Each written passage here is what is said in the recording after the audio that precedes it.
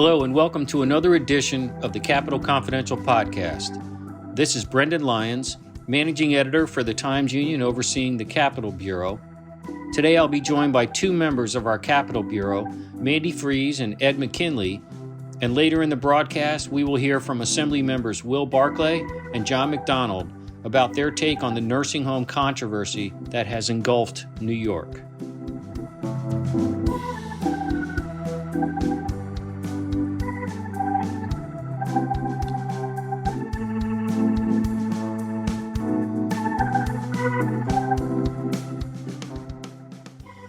Ed and Mandy and our Capitol Bureau have been all over the story of the Cuomo administration's response to the nursing home crisis, now we know a pending federal criminal investigation of that, and the legislature's unrest with what has happened to them as they were brushed aside, they learned recently. And Mandy, why don't you set the stage for us on that? What unfolded last week that sort of set this on fire a little bit? Yeah, there was a lot of things that went down last week. This was, I believe, a week after the Attorney General released her report on nursing homes that found underreporting of nursing home deaths due to COVID by as much as 50%.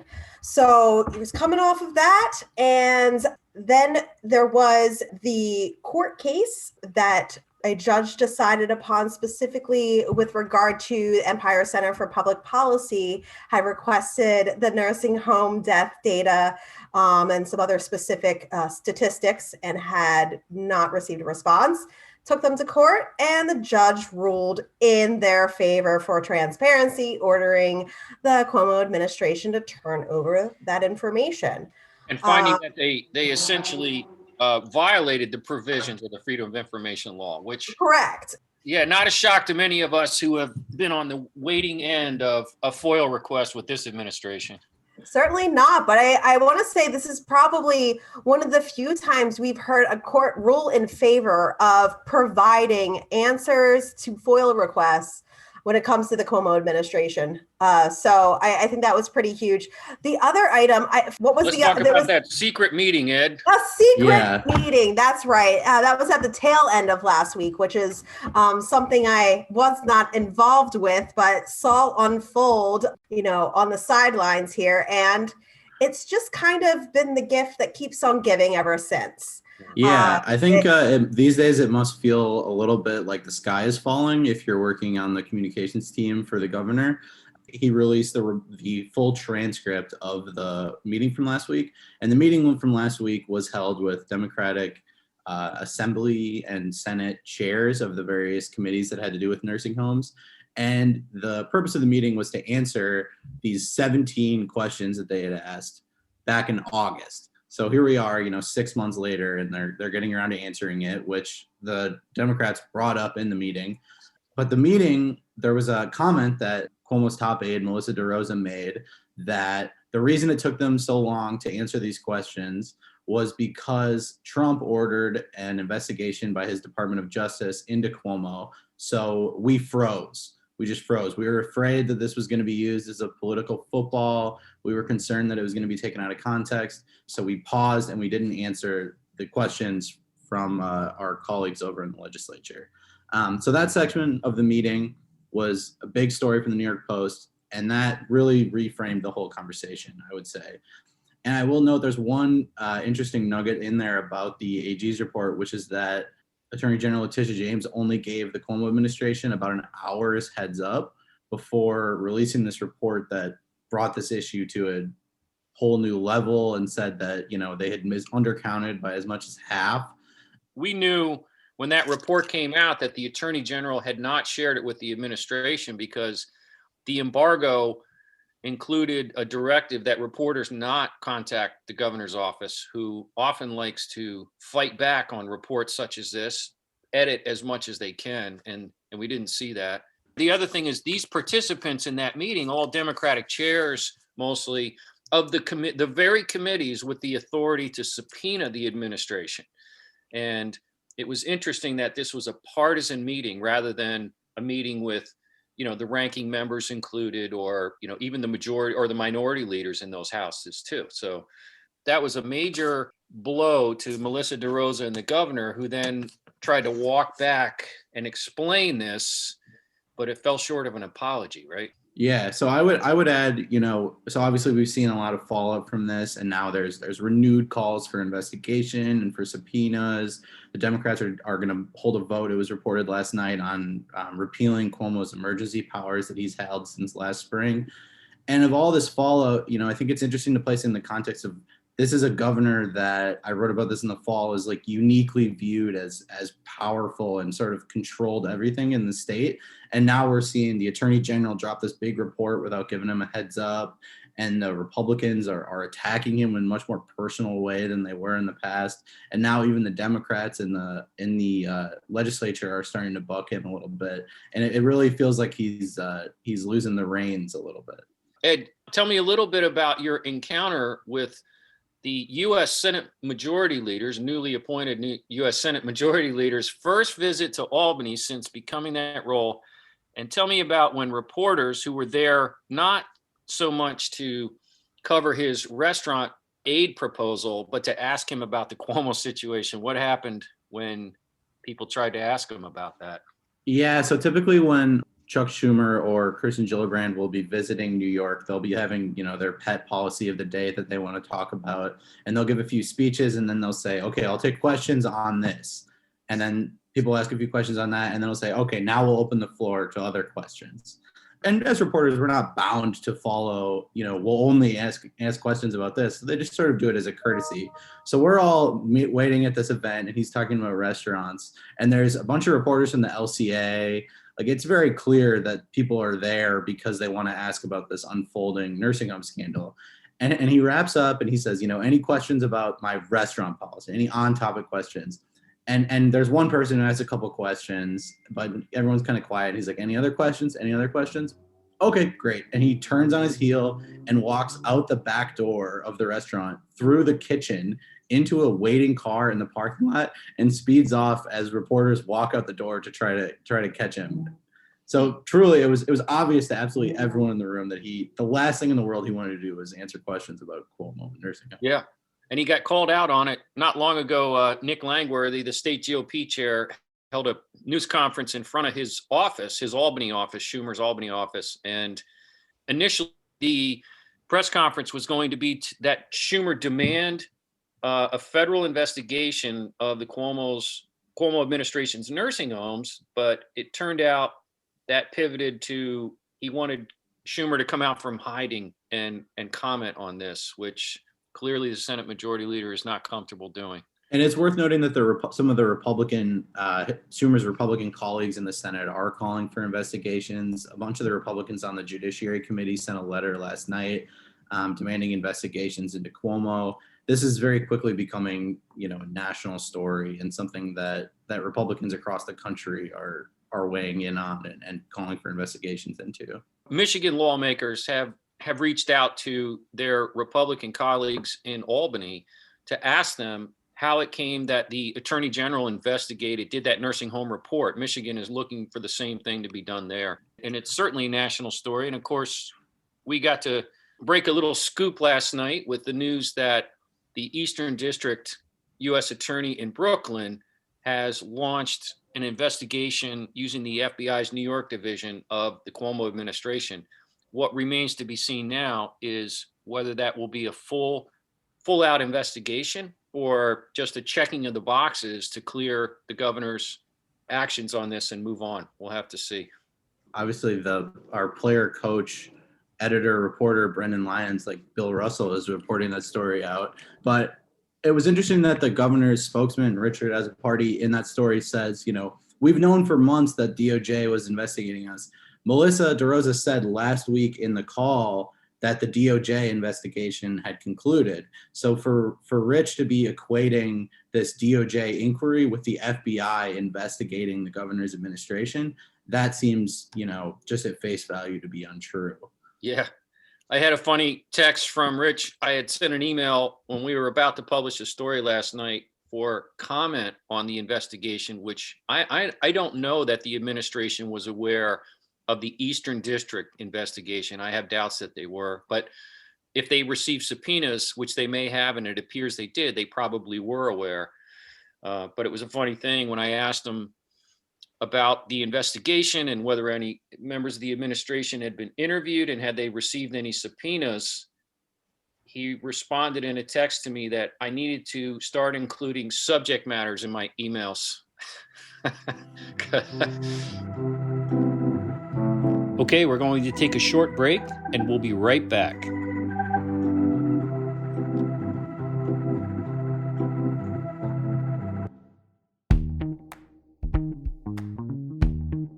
If you're enjoying Capitol Confidential, be sure to check out its sister podcast, The Eagle.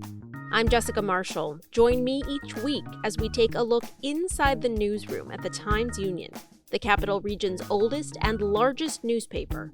We'll discuss the week's top stories, and we'll talk to the award-winning reporters who write them. Listen at timesunion.com or wherever you get your podcasts.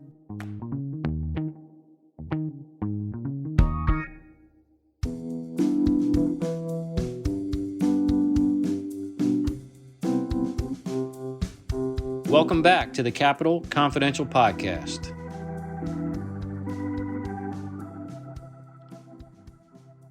Joining us today on the Capitol Confidential Podcast is William Barclay. He is the Assembly's minority leader. And Will, you have been in this position now for 13 months as minority leader, and it's been a little quiet, hasn't it? Yeah. Can you believe it? I mean, I was elected last January, had the bail reform issue that took a lot of time, and then went from that right into the pandemic. And it seems like from that, it's been crazy. Yeah, it's been I didn't come in the way I thought I would have come in. And since that time, it hasn't been exactly what I anticipated it would be. But we all have a job to do, and that's what I'm trying to do. And so in the past 11 months, really, the issue has been the pandemic, and what stood out on that issue has been the state's policies and orders and executive orders and decision-making as they affected long-term care facilities and nursing homes.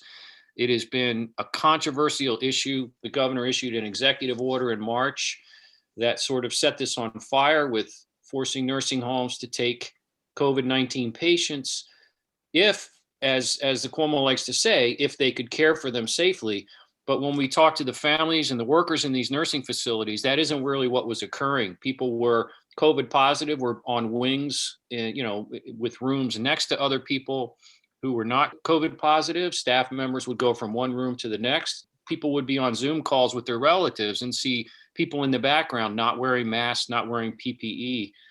And the governor himself has said that PPE there was a shortage, a critical shortage for some of those gloves, gowns, masks. I'm not sure that's the case. I don't know. One story that we had written, it was somebody who gave me a copy of the inventory at the Gilderland warehouse where the stockpile is.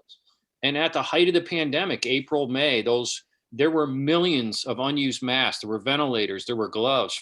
I don't know that they were tapping their stockpile. And if they weren't, it's unclear why. But either way, tell me where you're at now in terms of, as you've watched this unfolded, you've seen the governor's people come under fire, and now they face what appears to be a criminal investigation, at least from the Eastern District in New York. And that's something I know that your conference has called for. It's now happening. But what else do you think needs to be done here or should be done? Well, we've gone through a lot right there in that little bit, but let's start back. I mean, at the start of this pandemic, I think no one knew what to expect, something none of us had been through. As a result, we granted the governor some extraordinary powers. In hindsight, I probably wouldn't have voted for it, but at the time I did, because again, we didn't know what to expect. It included money in there to help fight the pandemic, which I thought was important. And we didn't know if the legislature was going to be able to reconvene. If things really went south, maybe we could never have done it remotely or whatever. So at the time, it didn't seem unreasonable to grant these powers. I will mention to your listeners, though, we did try to put some guardrails on those powers at the time by offering a hostile amendment to at least have the governor report back to the legislature. But unfortunately, at that time, that was voted down. And so anyways, as it progressed, as you know, the governor made a number of executive orders, starting off with basically shutting down the whole state. And we were troubled by that because where I live and other places upstate had very low infection rates. And the question was, why are you shutting down the whole state when we really aren't having the issue? So that was really the first issue that I think raised everybody's gander up, and rightfully so, is what's going on with those executive powers and why is he doing that? And why not pull back a little bit? He did eventually after I think the pressure got pretty strong on him. But then you just go right down the line with other executive orders, whether it's canceling graduation, we've had the curfew, we had the orange and red zones. It just seems some of these really are indoor dining. It troubles me because it seemed like a lot of them weren't necessarily based in science. And I've talked about the indoor dining.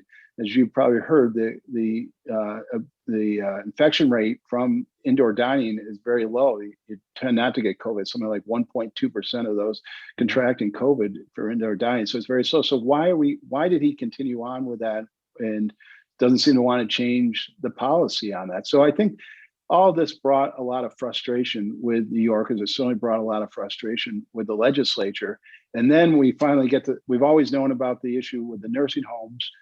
We always knew about the March 25th order, but we could never get any answers from the second floor on that or from the governor's office on it. And even when the Commissioner of Health testified, I think in August, he kind of poo-pooed it and didn't really address it, and then just left after an hour or 45 minutes of testimony when people had a lot more questions about that. So ultimately, there was a lot of suspicion that something wasn't quite right here. And then when the governor's top aide, Melissa DeRosa, did mention in that private meeting last week that they were withholding that information because they're worried about a Department of Justice investigation, they're worried about the political fallout, I think that kind of just all of a sudden exploded this whole. If there had been a legislative subpoena for that record, this might be a different conversation right now too, if they had withheld that, right? Yeah, I'm very troubled by that. When we started on these calls about taking the executive powers away, we talked about, further investigation. We got accused of being political.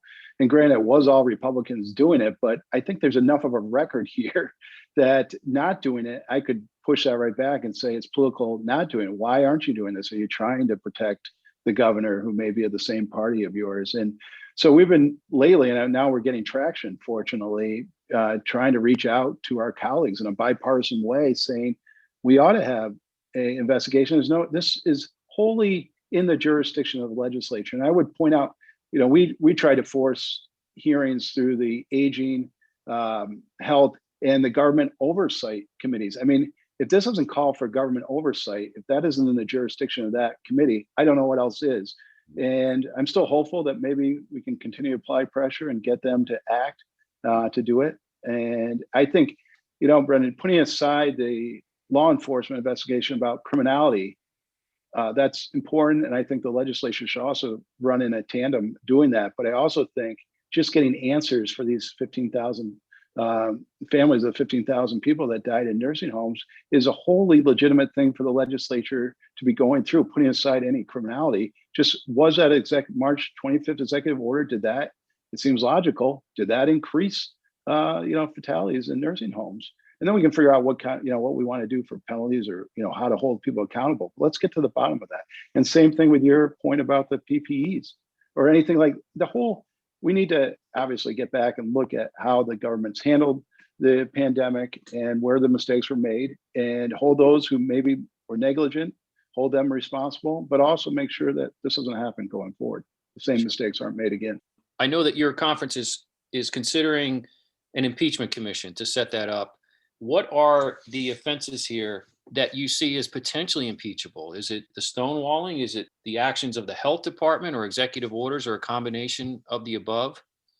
Yeah, I don't necessarily think, I think it's the cover up is what I think concerns us most. And was there an obstruction of justice? Was there some other crime out there?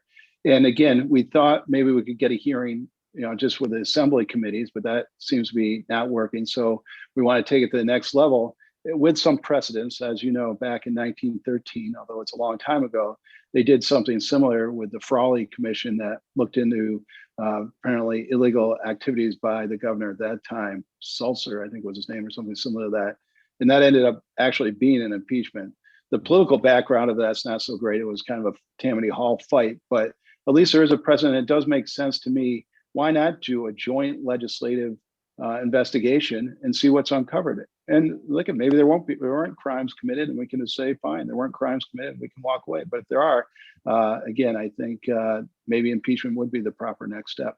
Some people contend that this is just politics. The Republicans are seizing on this issue to make controversy where there's not any controversy. As the governor even said on Monday, there's no need for an investigation here. There's nothing to uncover. I think by that point, since they have received subpoenas, that they already possibly knew that the Eastern District was looking at this and probably hoped that it didn't come out. But what do you say to that when people say, oh, this is just politics? Because there's also some Democrats, I believe, who are very upset by some of this. Yeah, I guess the good news is it has become more bipartisan than maybe when we started, when you could point and say, well, this is all Republicans. Now, you had Ron Kim and other members of the Assembly in the memo they sent around seeking their colleagues' support to take away the governor's powers. They put right in that memo, they even cited a U.S. statute about obstruction of justice and saying this raises to the level. It's one thing just to throw a bomb, which I know both parties do, and it can be toxic at times, of just doing something without any substance, to saying, we ought to impeach because we don't like him and he stands for different policies we stand for. But I think there's enough here on the record that's known publicly, particularly with the transcript from Melissa DeRosa, that certainly when you have your top aides saying we froze and withheld information, I mean, if that doesn't send alarm bells, I don't know what else does. And clearly it's not just us, because the Southern District or the Eastern District of New York is now investigating.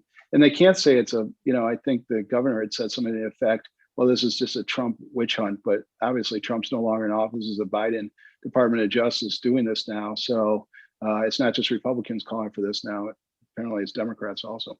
To that end, to that meeting that took place with, if you look at some of the attendees of that meeting, there were members of committees, there were leaders of committees, the very people who could issue those subpoenas and could call on the governor. Should that have been a bipartisan meeting? Should there have been, minority leaders such as yourself in that meeting? Yeah, I find that wholly offensive also. The fact that, first of all, they had the meeting, you had some attendees at the meeting saying, we're tired of defending you or taking political flack for trying to stick up for you. That doesn't seem like the meeting was trying to get to the bottom of, not getting the nursing, why the second floor hasn't been delivering the nursing home fatality numbers to the legislators. Seems like it was almost circle the wagon type thing, and let's get our story straight.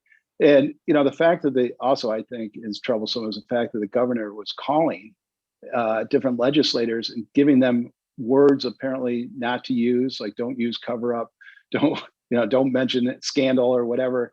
I think that's problematic too. And I think that should fully be investigated also.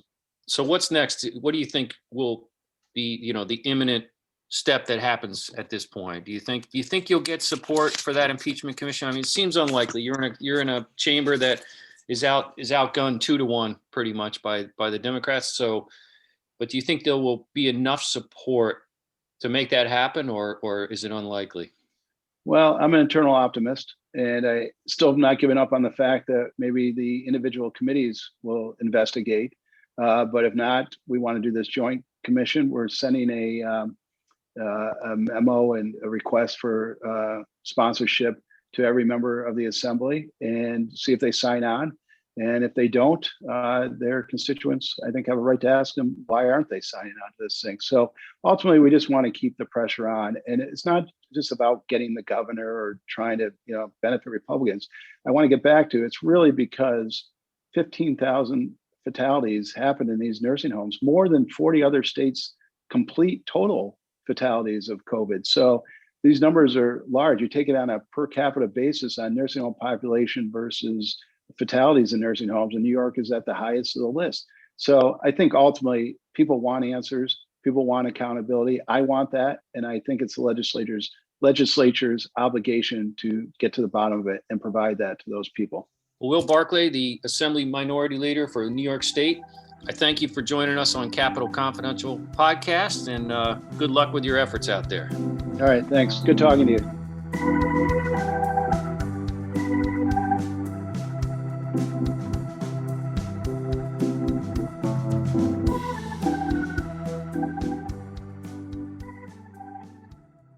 So welcome back to the Capitol Confidential podcast. I am joined now by Cohoes Assemblyman John McDonald, who is chair of the Assembly's Oversight, Analysis, and Investigations Committee, and you sit on other committees, including Health, Insurance, Higher Ed. And John, as a pharmacist and a family-owned business that's owned a pharmacist, I believe, for almost 90 years in the city of Cohoes, you have watched this pandemic unfold as both a lawmaker, a former mayor, and also a pharmacist who is now, I understand, administering doses of vaccines to people to help them get immunities. But this story recently, this issue of New York's nursing homes and the COVID pandemic in there has kind of taken on a life of its own. If we want to start there as a jumping off point, you were in a meeting last week where top aides to the governor met with key Democrats in the Assembly and in the Senate to explain the delay that they had in providing you with the information that had been sought since last August following a hearing at the legislature. It's been proffered by the governor's administration that their delay was necessary. They wanted to prioritize their response to the U.S. Justice Department, which had requested similar information from them. And we've seen a lot of calls now for impeachment, for investigations. There's even a probe by the Eastern District of New York into this issue, it appears.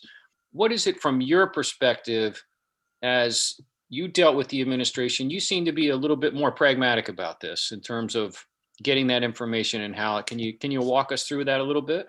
Yeah, let's go back to the meeting of last week, because I think from my perspective, it's important because I was one of the few that was actually there.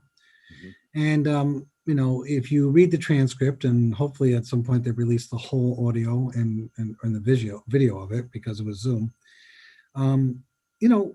there was actually, it was a vigorous discussion. It was frustration of all the members was pretty clearly evident in many aspects. I'm not satisfied with the delayed response by any stretch of imagination. Specifically, I got into discussion with Dr. Zucker about the process, because process is important. And we got into this, I don't want to get too far in the weeds, Brendan, but the idea between HERDS data and Sparks data, which one reports what time frame. And Dr. Zucker and I, actually, you'll read about it, we went through this discussion about some of the barriers they were facing, of which, as the only one of the group that was in the meeting that actually utilizes that system, I actually understood it. And he wasn't off base by what he was describing in that perspective. Mm-hmm. Don't get me wrong, we're frustrated. We want this information. We think that this is critical for us to determine next steps, whatever they may be.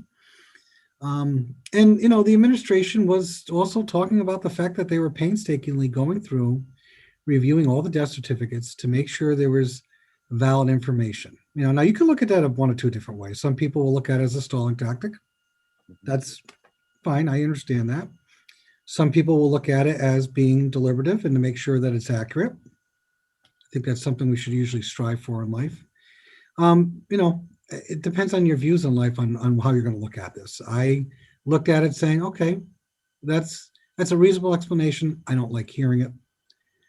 I also am not naive to the fact that the New York State Department of Health has been responding to a once-in-a-lifetime pandemic, I hope, which has basically flattened out any resources they had. As you know, Brendan, many individuals, we only know the ones at the higher levels, but I know individuals at even the mid-levels have also left the department. People are fatigued, they're tired. And that does not help the process when you're trying to go through something that is important. It's important particularly to the families that lost a loved one.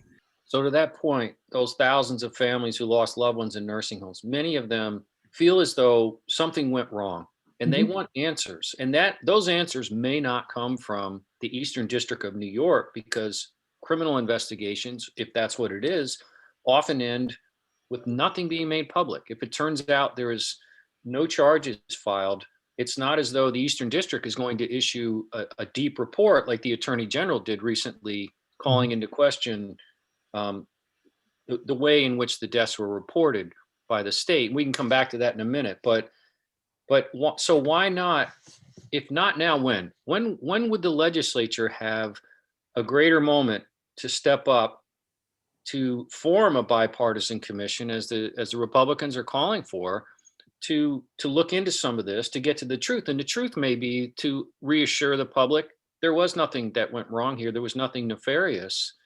So why not do that? My response to that is we've already started the process. The Republicans were, just like the Democrats, were very, very much involved back in August of last year in regards to the hearings. The hearings actually provided to be quite fruitful when you really take a step back from the politics of everything, because a lot of the Attorney General's report, not all of it, but a lot of it included testimony and evidence provided for the 3 full days of panels of speakers. This process is still underway. It has been hamstrung, there's no doubt about it, and slowed down because of the lack of the data on the accuracy of where nursing home residents have passed away. And it's been further complicated because of the fact that as we continue to request and wait for this data, the Attorney General's report came out, and probably within a couple hours, the Department of Health gave updated numbers that showed a 50% increase in that number, from 10,000 to 15,000, rounding things off. So to the families, listen, I sympathize with them. I'm with them. I understand the frustration. I also, want to look at completeness. There's an old expression out there about, before you turn the page, you got to read the page. We haven't read the page yet fully. Well, Monday, the governor stated publicly that there's nothing to investigate. He doesn't believe there should be an outside investigation. There's nothing to clear up. And then 2 days later, the Times-Union actually broke the story that the Eastern District of New York has launched an investigation. It involves a team that has been assigned to this case. It's unclear that this grew out of the civil division, or whether this was something that was done independently of that. It could have been a tip. It could have been somebody in the health department saying, hey, here's some information that kicked this off. Were you startled by that? And does it give you pause to think maybe there is more that went on here that we're not aware about, whatever that may be? What's your reaction to that somebody is going to do this investigation? I wasn't startled by it, to be honest with you. I actually kind of expected it. There's been a lot of voices out there speaking about the issue. It would be surprising for an agency at the federal level to ignore that. I think, if we should welcome the investigation. We want accountability. We want transparency. And, let that investigation, if that's what it's going to be, let it go forward. But same token, what's just as important is that if there is one, that whatever the outcome be, that it be available for the public to consume. Once again, I go back to the poor families that lost a loved one. They are writhing in agony. They want to know what happened. And, it's compounded, as you know, because of the fact that in many circumstances, it's bad enough to lose a loved one, but when you're holding their hand or by their bedside, it means something. Why not give them a legislative hearing that does issue subpoenas, that does compel testimony, that gets to the truth, whatever that truth may be, to reassure them? Isn't that the legislature's job? We've already started that process back in the fall. Those stories are what propelled us to continue to go forward, to request more information. We're still waiting to get that information. I think we're on the cusp of that information. And once we have that, we can review that and figure out what the next steps would be. Okay. And the doors are always open. All right. Well, John McDonald, Assemblyman, thank you for joining us on the latest edition of the Capitol Confidential podcast, and good luck with your efforts out there. Thanks, Brendan.